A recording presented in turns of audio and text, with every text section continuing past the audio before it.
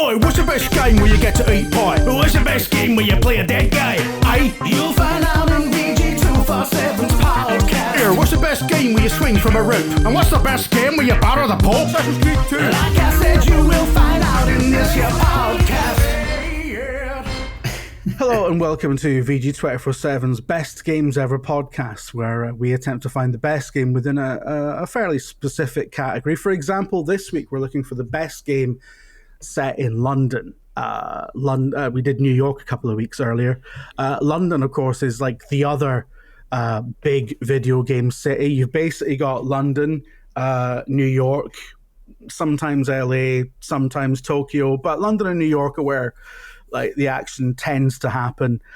London less so, and usually in more kind of grottier projects. It's just like real life, really. London is the sort of poorer, older, shitter, grimier cousin of New York, which is essentially London HD remake, as we all, I'm sure, agree.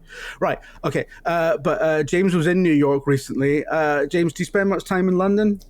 Not particularly. I go down. I'm going in a couple of weeks actually, because it's my for a birthday. But I'm sure nobody's going to pick this because it's a terrible game. But when I think of games in London, I always think about Watch Dogs Legion, and that game was an interesting representation of London because it was kind of the most one-to-one that I think we've seen. And the funny thing about it was that whenever I do go to London, I always get lost on the same road behind the Portrait Gallery near Covent Garden. And I did the same thing in Watch Dogs Legion. I went down the same stupid access road that goes behind the gallery. And it's like, wow, I'm getting lost in games now. Truly amazing.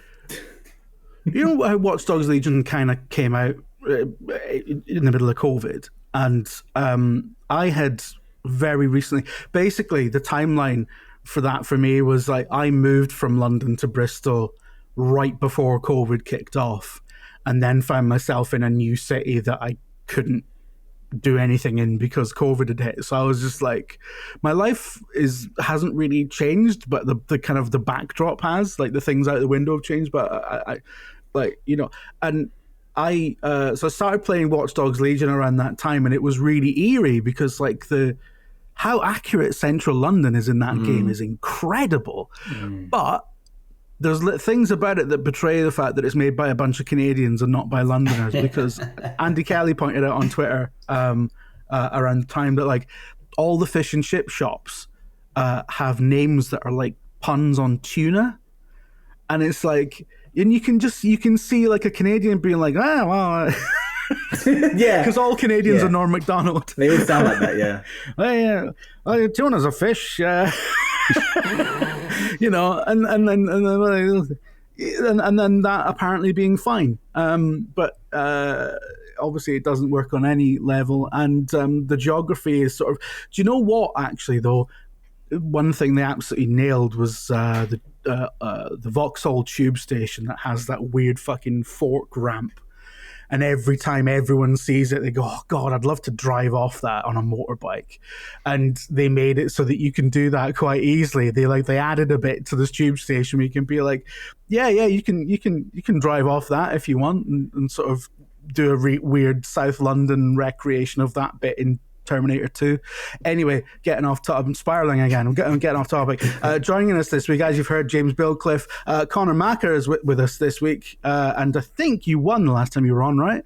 Yeah, I did. Which is with New York, so you know. Yeah, and you know, and Connor. Every time Connor loses, he kicks right off, and every time he wins, he's just a bit of a shit about it. So I'm just chuffed, you know. It doesn't happen often. So when it does happen, I'm just like, I feel genuinely quite good about myself.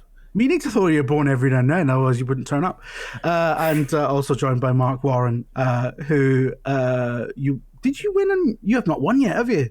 Oh no. My thing is that I'm going to go on a massive losing streak and then win one and be really happy and then go on a losing streak again. that's like Connor's like, that's my thing, man. Okay. Right. Okay. Let's get into it. So this week I would like to first hear from Mark. What have you got for us on this one?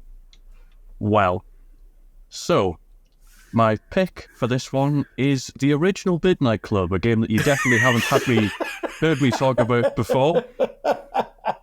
Definitely hasn't come up in any recent podcasts. An entirely new take from me here. But yes, it's a game that is half set in London, so it has to make its case for why it's the best London game in half the time that most other games set in London have to do. And I think it still does a cracking job.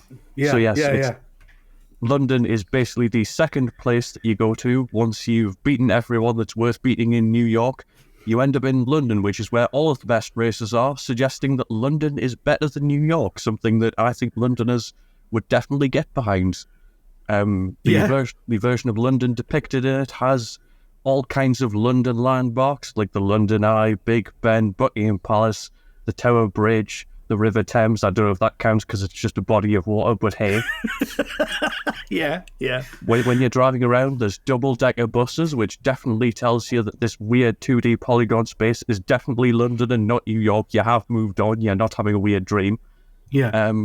But the reason that I really wanted to pick it is because last time, I think I came a cropper because I didn't focus enough on the characters. Because as we all know, the most important thing in a racing game that can be summed up by the words broom, broom, car, go fast are the in-depth characters. So what I'm going to do is have a look at some of the English characters in the original Midnight Club. There's 3 of them. You race them all when you go to London, and the little bios that they've got are brilliant. First of all, they're all complete Tories. Which is as you'd pretty much expect. Well, they've got fast cars, haven't they? But driving a nice car in London, obviously a Tory. Yep. There's no working class people in Vauxhall courses here. It's all Tories. The city champion of London is a guy called Darren Thurrock. Who's basically an estate agent. His bio reads, Darren's methodical and ruthless approach to business has helped him amass a fortune. His driving is the same, and his fortune has provided him with one of the fastest cars in the world. So first of all, you can tell it was written by Jeremy Clarkson. Yeah. And second of all, prime Tory. The other 2 are a random bloke who drives a Mini Cooper, who... I believe the description, it doesn't actually show up on the wiki page, but I believe the description is basically that he's a Jack the Lad that you wouldn't trust with your sister. Which, yep. Oh, actually, I found it here, and it ends with the line, he sees himself as the Napoleon of street racers. What does that mean? We don't know. Can he reach the pedals? I don't know. Just... the most London man in the world comparing himself to a Frenchman. And then finally, there is a woman who basically describes in terms that begin and end with the word sexy. So there's a woman who's just been dismissed in a very sexist manner, which is British culture to a T. And basically, yes, those are the 3 representatives of Britain that they've picked out. So yes, that is my pitch. Covered most of the bases there, I think. Yep, please pick it because it deserves to be in, mainly because I like the name Darren Thurrock. That's a name that needs to have MP after it, doesn't it? Exactly. Yeah. Darren Thurrock sounds like a red wall Tory who's like definitely about to lose his seat and is kicking right off about it to nobody in particular. He's definitely defected to UKIP. Yeah. He's tweeting a lot right now and people are begging him to stop. I love that. I think if somehow you've made a better case for a Midnight Club being a London game than being a New York game. And as we pointed out last week, the New York cabbie, well, as you pointed out last week, the New York cabbie, the most New York of men, and the London cabbie is the most London of men. And I will specify this week, the protagonist is a London cabbie. Yeah. He has to be. He starts off in New York, but he's definitely a London cabbie this week. Yeah. Wait, no, that's not. That can't be right. It is, Connor. It's logic. He's a London cabbie this week. I'm I think you're pulling the wool over eyes. He started in New York, obviously. Yeah. You ruined us. I mean, you don't start the game with him as a baby. Like, there's presumably stuff that he did. At some point, he had to learn how to drive. Is the main character from New York or London? This is very important. There's no evidence as to whether he's from New York or London. So my headcanon is that he was born in London, went to New York, and then has come home. It's a triumphant homecoming to earn the title of best man to drive a car around streets. I find that version of events much more believable than he started off as a New Yorker and then became like the best driver in London, because like that way around doesn't make sense, because Americans can't drive despite being a country that is 100% built on the concept of the automobile. None of them know how to operate one. They haven't even got all the pedals. They just press it and it goes. They don't know how cars actually work. So one of them coming over to London would be like, what do I do with a stick? He's got to have started in England, because otherwise he wouldn't be able to drive. Right. Okay. So Midnight Club once again being submitted for best game in the world's number 2 city. Pre-2016 it probably was. It's probably like number 7th now or something. And going to make Bill Cliff go last again because he's filling in for Tom. So, Connor, what have you got for us? What is the best game set in London? You live quite near London. Yeah, I live within like an hour. I didn't have a huge amount of time to figure this out. But thankfully, I do have a game that's quite close to like my heart, that is like very much not only set in London, but it's very, London is very core to its sort of experience, the experience of the game, and also is very, very, very British. Yeah. And that game is Sunless Sea from Far Better Games. Jesus. That game is exceptionally fantastic. It's sort of like a fantasy RPG where, London is basically set in like a subterranean land, basically. It's no longer on the surface, and all the Londoners are basically permanently in the dark in this underground sort of city, and you as a sailor have to sail out to different ports around London and keep going forward and back to trade and like discover secrets and mysteries and stuff like that. And it's fantastic. The entire game is kind of built around going to and from London. It's all about like having tea and bringing in like supplies and all that sorts of stuff, and it's just fantastic. It's all about, that sort of London experience, which is commuting to and from London, which is kind of my experience of London. That's kind of it, right? You just kind of go in and out. It's like life in southern England in a nutshell. Yeah, it takes forever. It's often dangerous, every now and again, and it's expensive. I mean, you spend so much money on like oil and stuff, if you're in the UK now and you've ever taken a train to London, it costs like £100 per trip, which is awful. Does it take that? Is it £100 from Reading? No, it's not. It was like £80 to get from like a return ticket. If you don't book ahead of time, is like 70 quid. Jesus Christ, that's ridiculous. It's just really, really dire. But yeah, I think rather than picking a game that's kind of like half set in London with a dubious link with the main character, I picked a game that's kind of all about the city and the mysteries of it, and it's just kind of an exceptional representation of that sort of British culture, especially since it's kind of set like Victorian UK.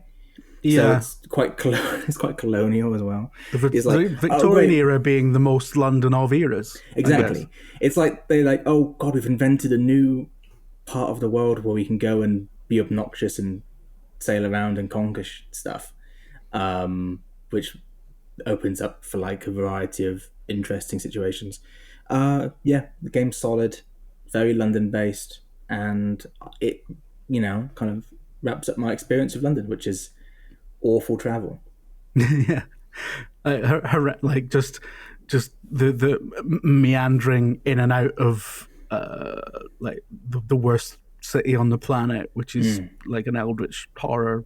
Yeah, I get it. Yeah, I feel like I don't know anything about the developers, but I get the sense that they know and understand London intimately. No, UK based. Won a bunch of, like, was nominated for Writers Guild of Great Britain award. Yeah. So Sunless Sea. Are there any cabbies in it though? It's underground on an ocean, so yeah, no, and it's set in Victorian times, so no. There were boats. There were lots of boats. I mean, sorry, you carry on. Are they yellow, or do they have the word taxi on them? They can be yellow. You've got to be explicit. Taxi drivers do not play. I don't think the word taxi was used. Yeah, but you can, shoot giant eldritch monsters from your boat, which is kind of the same vibe, right? It's not really the sort of activity we associate with cabbies. But not in this country, operating on the principle that the cabbie is the most London man, if he's not represented in a video game, can it be said to be the best game set in London? I mean, back in those days, London was sort of like a very, like, it's like a trade hub, like a port town, because we'd take a bunch of other country stuff and sail it back to London. But of its time, I suppose the sailor was the most Londonish of person. That's possibly true. Yeah. And we don't know. I mean, I don't know firsthand, but like, yeah. I mean, although like the most London person in Victorian times is probably like a dying orphan. Right. Okay. Let's move on to James Billcliffe. Well, speaking of dying orphans, have I got a game for you? Oh wow! So, a VG 24/7. We love a janky game. Jank is our favourite genre. Would you say, Jim? We've been talking about a brilliant game. Yeah. A brilliant game recently, RoboCop Rogue City, which is one of our favourite games of the year, I think, actually. Funnily, it's definitely in my top 5, which in a year that's had Starfield, Zelda, Baldur's Gate 3, RoboCop Rogue City is probably after those games. So, but it's up there, right? It's top actually 10. very good. Yeah, it's actually very good. Way, right? The previous to RoboCop, my favorite janky game, which I played like on release. When was it? I think it was about 5 years ago now, in June, which is hilarious in itself because this is the most Halloween-y horror game, dank and wet streets of London that you could ever play. It's Vampyr, the don't nod, what would you call it? Sort of action adventure game. PS2 games, PS2 vibes out of the wazoo. What a game this is! The just like the archetypal awesome jank game, and I just love it so much. And I had such a great time with it, playing it completely incongruously in the brightest summer that I think we have ever had. So the gist of it is that you play as Jonathan Reed, I think his name is, very sort of man name, but he's a doctor and he's afflicted with vampirism as he's kind of returning home from the First World War in this kind of Spanish flu era ravaged Victorian-esque London. Well, not Victorian-esque, literally Victorian London. And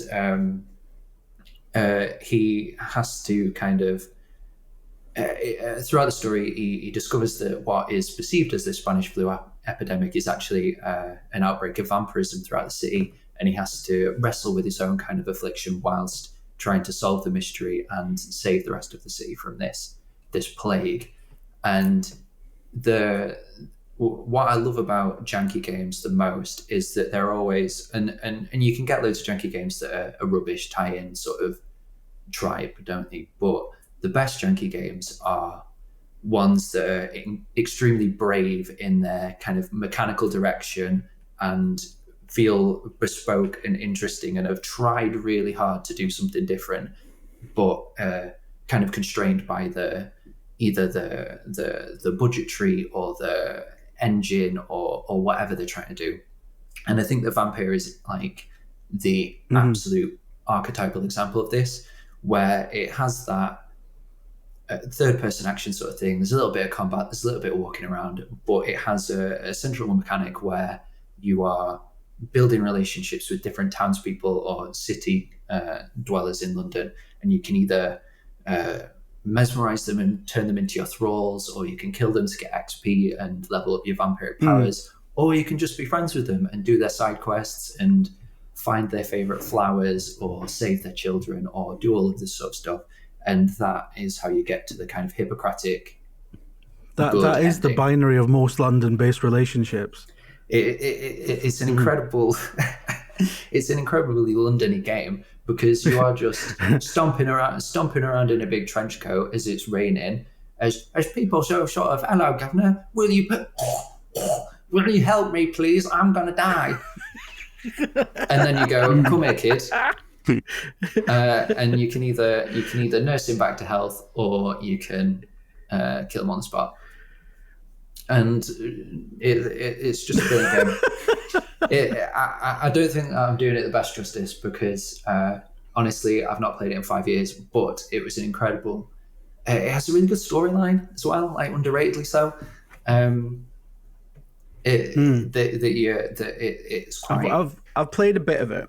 Yeah, it's quite dark and introspective, and there's a lot of twists and turns, and it seems almost like RoboCop Rogue City again. That it's like it's surprisingly deep, surprisingly long. That you can tell that it's very much one of those A for effort games where, like I say, it's completely. A lot of the mechanics feel really bespoke and interesting. It's just a load of fun, and it uses the setting to a really kind of great degree, because it has this gothic ambience, and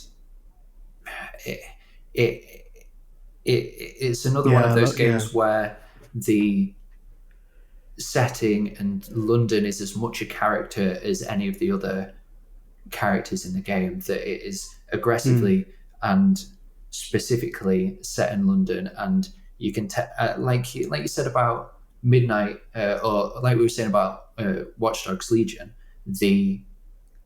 where it felt like it was a load of kind of Canadians not really understanding the ins and outs of the city. I feel like it focused on Don't Nod's French, right? And I think that this is a real kind of love letter to that perception of Victorian London, that it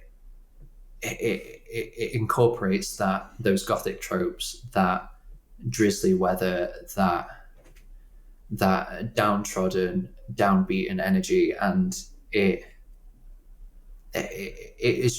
becomes a lot more than the sum of its parts. And it's a really cheap game. You can get it on absolutely every platform now, and it's I really recommend it. It got a next gen patch as well. Yeah. It got an next gen patch as well, which is like it looks and runs beautifully on PS5 and Series X as well. So it's like it's cheap, and it's probably the best time to play it now. And it is one of these games where you sort of think, how did they do this on what definitely wasn't they definitely didn't have like a Mass Effect budget for this, but it somehow feels like it has not quite that level of scope, but like on a par with it. It doesn't feel like a budget game. So that is a really good pick, and a very London-y sort of game. Now, do we have to do the fucking theme tune? Yeah, you do. Right. People Let me tell you why. Because you introduced it, right, and you thought you could get away with it, just like doing it like once or twice, but you put this upon us. So you've got to learn like the consequences of doing that. I've got to learn the consequences of my action. Yeah. Right, okay.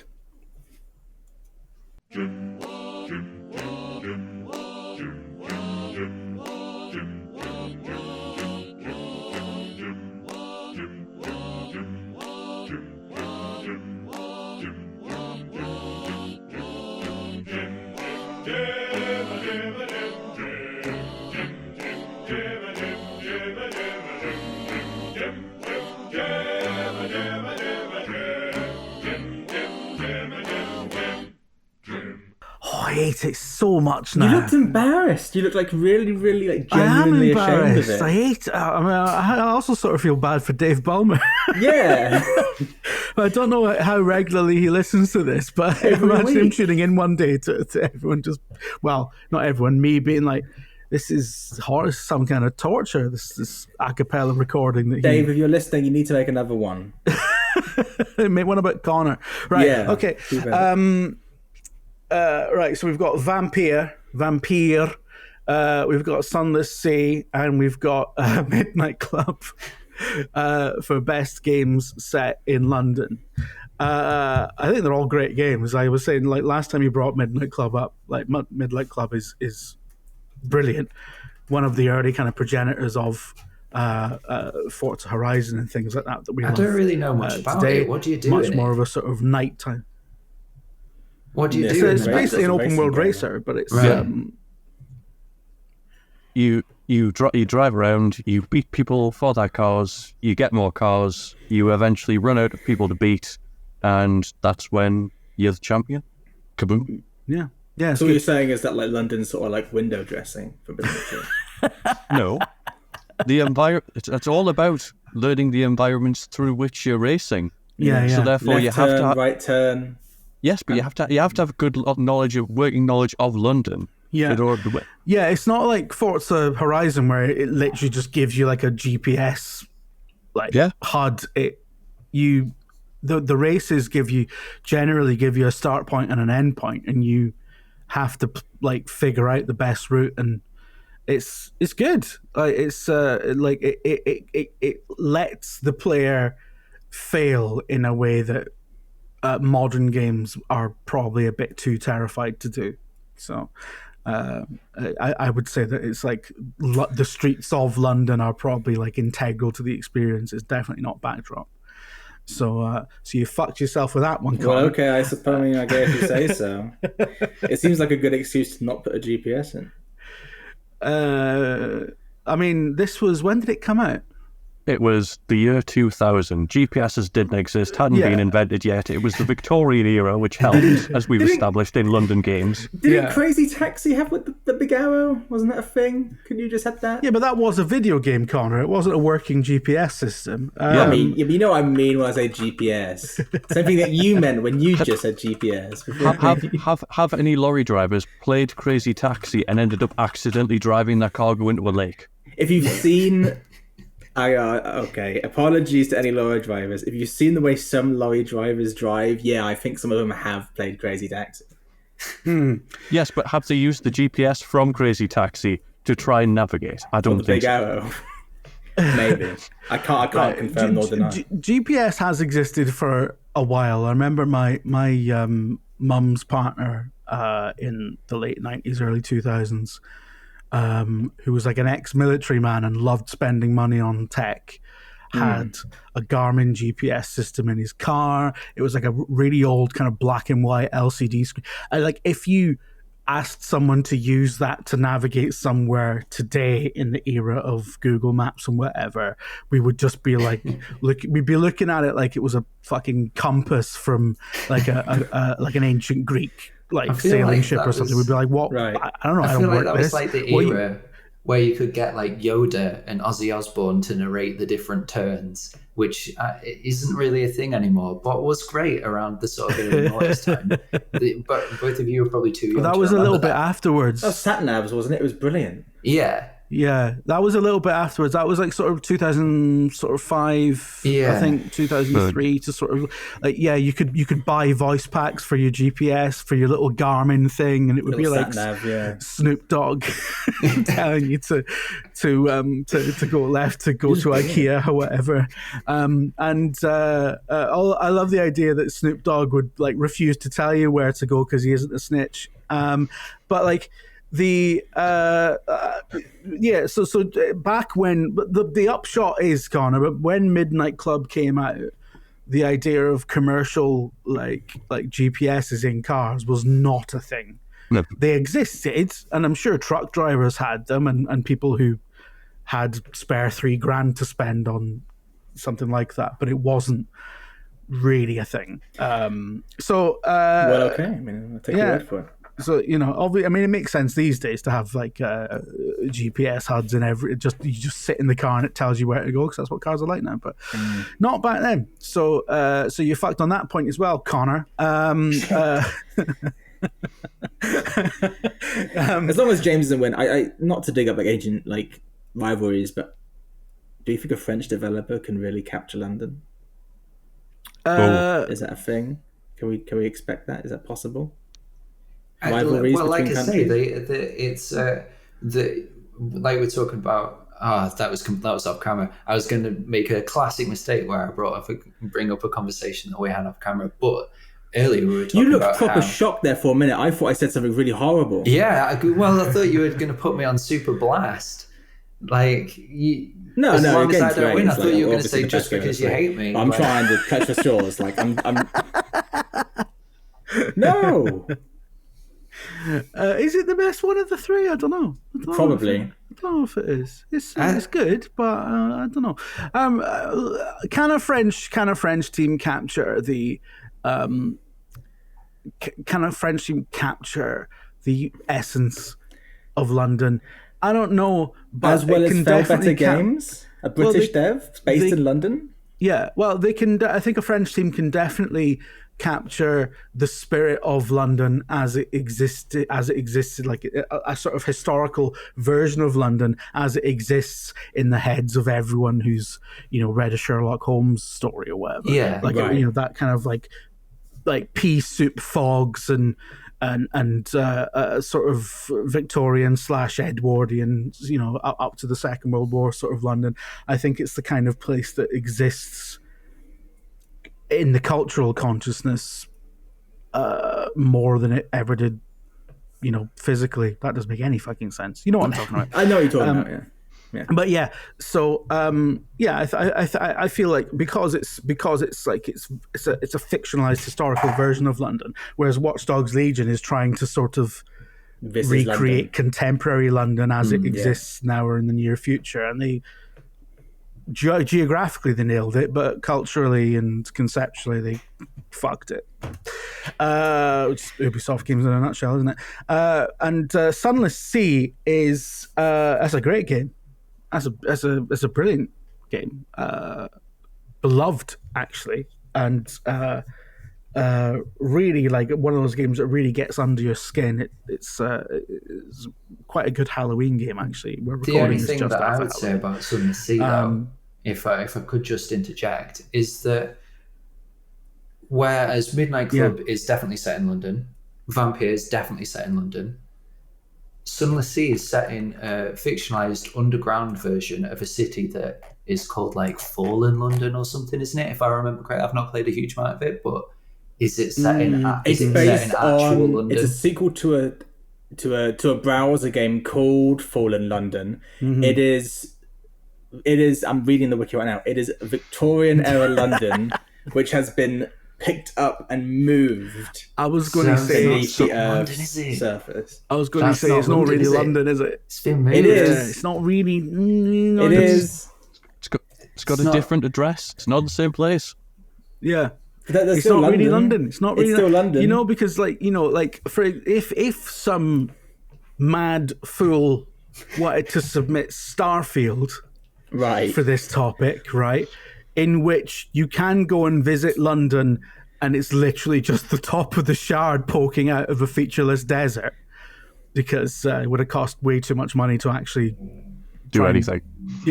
Try and simulate what Earth is actually like in 300 years hence. So they just go, everyone left and it all got covered in dirt, and whatever.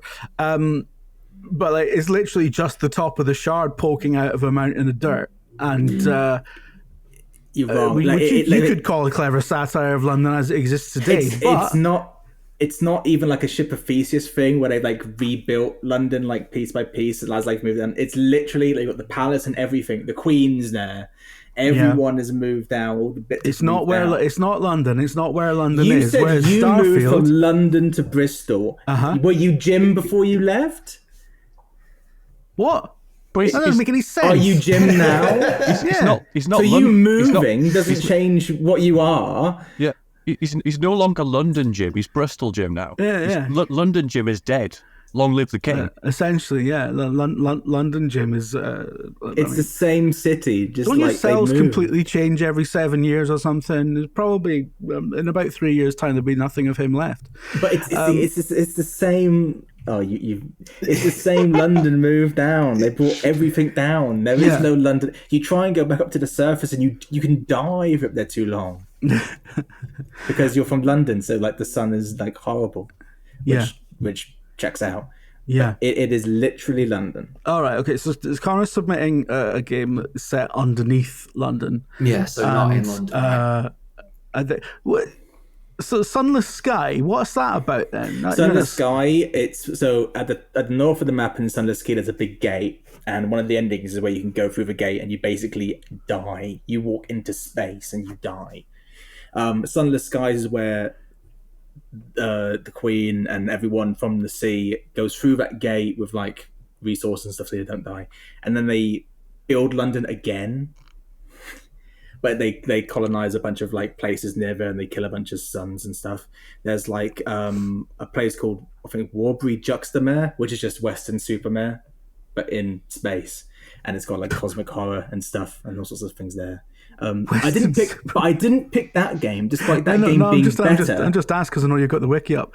No, I know that game. I love that game. The reason why I didn't pick that game, I picked Sunless Sea, is because Sunless Sea is about going to and from London. Sunless Skies, you go all over the place. I will say, regardless of whether we get into the guts of like, does a fictional London count as London? Blah blah blah blah blah. These are all fictional Londons. The games. Look, don't split fucking hairs, right? Okay. I'm making a point that supports your case here. Okay, go for it. Right?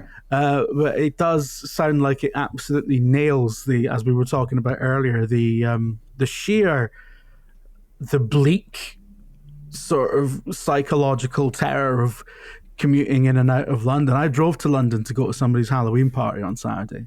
Oh. A really good friend that I hadn't seen in person for a little while, and hadn't gone back to London for over a year. So I thought it'd be nice to drive from Bristol to London, and I really enjoyed that drive because the M4 is it's a dirty great motorway, but it's set either side of it is some lovely English countryside and a lot of like historical thing. You can see Bath and a big fucking chalk horse and all that. I mean, not when you're driving, obviously, but my wife had a great time. And then and because I live in Bristol, everyone's generally quite nice, and the driving's sort of very polite, and everyone's like flashes each other and goes, "Oh, you go, no, you go, no, you go." And the streets are really narrow because people park on the street, and we're turning every road into a fucking single track lane. But people are just generally really nice about it because this city, we do have a few bell ends, but it just runs on aggressive politeness, which I love. And it's generally a much nicer, chiller place within 20 fucking seconds of coming off the M25 and driving around in London proper, which I'd never done before in my life. Like within 5 minutes, somebody was beeping their horn at me because I had to turn around in the middle of a street. I was like, this wouldn't be a problem in a normal city. Somebody like having to reverse out of a drive and do a little 3-point turn, it's just a fact of life, and people stop and let you in, whatever. Yeah. Nah, Londoners can't fucking cope with that because I've inconvenienced them for 25 seconds. I was getting shouted at, essentially. Yeah. But because they all like going fast because they're all in the midnight club. Yeah. Oh, exactly. So I was like, so this is possibly the worst city to use the automobile in. Yeah, to exist in, to do anything in. Really. Anything. So right, I've got to pick something now, and I'm it's fucking hard this week. What? V for Vampyr. What does that mean? V for Vampyr. Doing, come on. You know you want to. I thought you were doing a Churchill salute. Like there was a cigar was going to come out. Just think about how this is not a gang sign, by the way. I'm already upset. Right, I can't pick Sunless Sea. That's fine. as much as it is a really good game, I feel like there's representations of London work. Basically, Midnight Club and Vampyr have one thing over Sunless Sea as representations of London, in that they are geographically very accurate. Although I think Vampyr in the opening sequence gets the location of Tower Bridge quite fucking wrong, which annoyed me. But apart from that, that was like, well, if I'm on the South Bank, that can't be over there, can it? And it ruined the whole thing for me. That's why I never finished it. That's the kill shot. Then the Midnight Club surely wins. Yeah, and which is what I was building to. Oh shit! Sorry, cut that. No. It's fine. Connor said it, so I didn't have to. I think Midnight Club has to be the best game set in London because it is the one thing actually that kind of fucks Midnight Club. You have one, don't worry. But the one thing that kind of fucks Midnight Club is that it's all about going really fast, which doesn't happen in London ever. Because it's impossible to get more than 20 miles an hour. But apart from that bit of artistic license, it's pretty nailed on. So Midnight Club is the best game set in London. It's not a better game than Sunless Sea, but it is a better London game than the other two. So I just wanted to make that clear to everyone. So are you going to submit it for the next topic as well? No, to be honest, now it's in. I think I'm done with it. But given that it got 2 chances, I think it's great that it's managed to actually get in on one of them. I've finally gotten it over the line. The route was tumultuous. I didn't know where I was going at times, but we've finally made it. Yeah, it was exactly like trying to navigate Britain without a sat-nav, so it works. Yeah. All right, okay, thank you very much. Please leave us a 5-star review if you think we deserve it, which based on the last sort of 20 minutes or so, we probably don't, but just be nice, just lie, just tell people it is a good podcast. Please give pass it along to your friends, get other people to listen. Sit in your front room with your nan and play it. Be like, Nan, I like these guys, because assuming your nan's not dead, if in which case, condolences. All right, thanks very much. Speak to you later. Bye-bye. Jesus.